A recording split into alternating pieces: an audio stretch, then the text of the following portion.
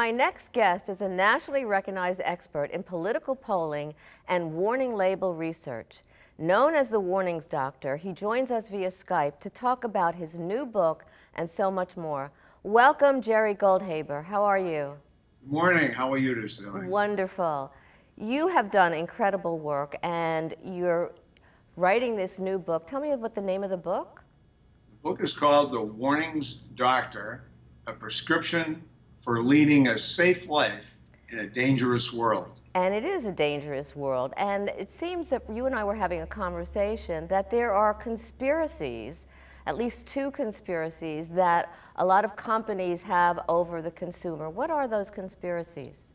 Well, it's been almost 100 years of commerce and industry in the United States where corporations who make products that we consumers use do not tell us what it is that can cause us harm, that can be dangerous to us when we purchase or when we use these products. Yesterday's headlines tell us the whole story.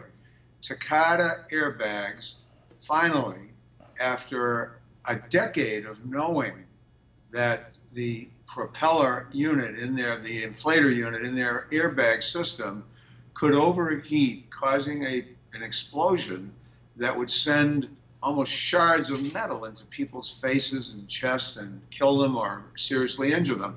They knew this 10 years ago, and they told their engineers to bury that study, and they didn't tell the National Highway Transit Safety Authority, NHTSA. They didn't tell the Department of Transportation. They didn't tell their customers, the automobile industry, and they didn't warn us, the consumers who were buying automobiles with potentially defective airbags. So they've been buying automobiles, and they have recalled over 330 million automobiles. And what I heard on the news is that once they fix them, the airbags, they're still not changing what's going on, so we still may have the same problem once presumably these airbags are fixed. Is that true? That's actually true. Actually, the number is 36 million, which is big enough. It's right. This is the largest recall in the history of the United States transportation systems of any kind. Why did it come to the point where we had to recall 36 million cars all at once?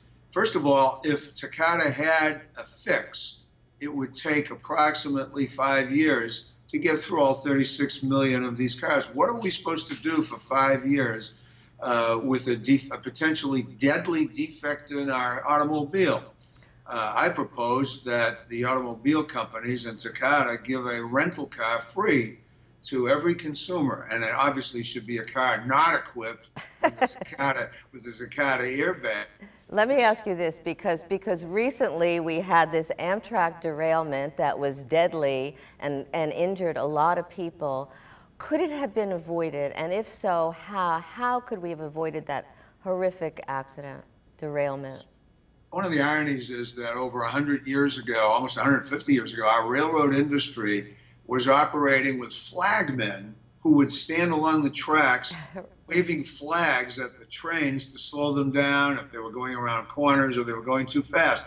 That was a warning system, and it actually worked when we had diesel locomotives. Now we're in the digital era. We have electrified our tracks, digitized our systems, and there is a system that probably most Americans never heard of before this horrible derailment. That's called positive train systems, and this is really the latest state-of-the-art. It's a system of transponders and GPS systems that actually are along the track, and a receiver is on each locomotive, and the system automatically sends signals to the engineer of the train.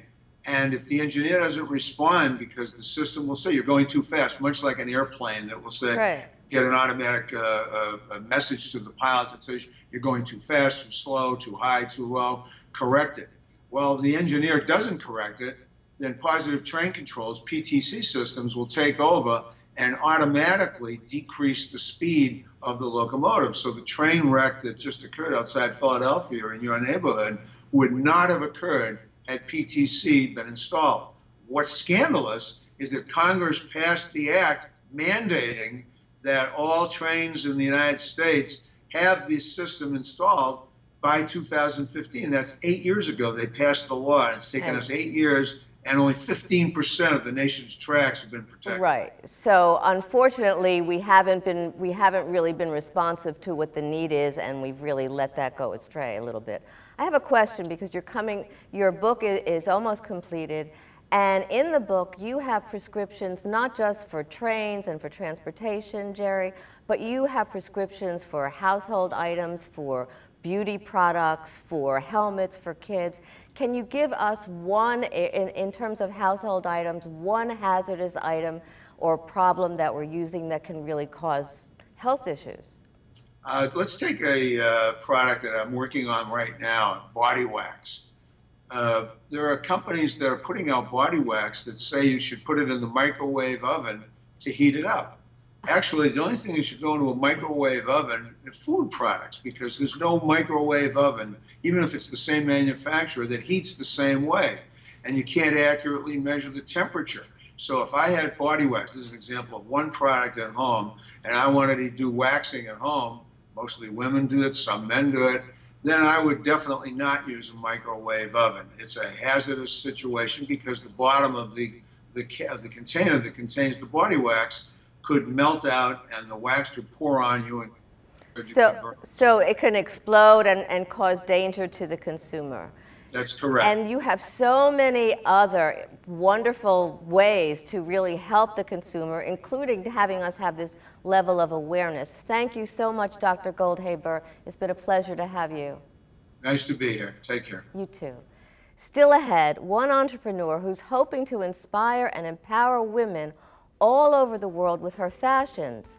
Find out how when Power Your Life returns in just a moment.